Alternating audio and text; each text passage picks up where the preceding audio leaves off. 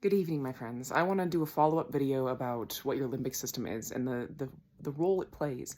So the key role your limbic system has is to help you survive or to keep you safe. Safety is it's like safety first, that zone in your brain. And in addition to your direct environment and the physical sense, your limbic system also is going to be very invested in your worldview and your beliefs, because that creates like a psychological foundation for how you understand the world. And that creates a profound sense of safety for you. You have this idea that the world works a certain way it does. This is the reality. This is how things go. And that provides us with a sense of stability, which is very akin to safety and security. And I encourage you to think back to a time at some point in your life, maybe when you were a child or at any point, when you learned a new piece of information about the way the world works, about a family member or someone close to you that you didn't know before. Gosh, if you've watched Harry Potter, learning that Snape was not a bad guy is like life-changing if you were really invested in that emotionally. That's a silly example, not literal, but when you learn something new about the world, it destabilizes your sense of safety. It's like you've taken out one of the blocks in the floor and now there's just a gaping hole in the floor and you're like, what? There's holes in my ground. That's scary. I could fall out into some abyss, That's how your brain is perceiving that change.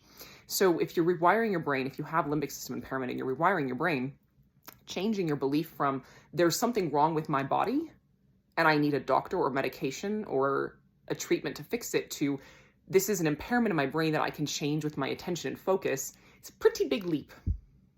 Very important. That's why at the beginning, I always say first 6 months to a year, one of your main jobs is just changing that belief, just continuing to wire in an understanding, all I need to do is shift my attention and emotional state, and that's going to take care of everything, which is, again, also seems ridiculous to your limbic system.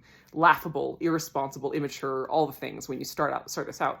But I also want to highlight for later stage recovery that, when you find out that, any kind of belief you have from childhood, like beliefs around scarcity with money, any kind of beliefs you have that you have to earn your worth, that you need to earn the right to rest, that, you deserve to have your needs met, any kind of basic beliefs that perhaps you picked up from childhood that weren't true.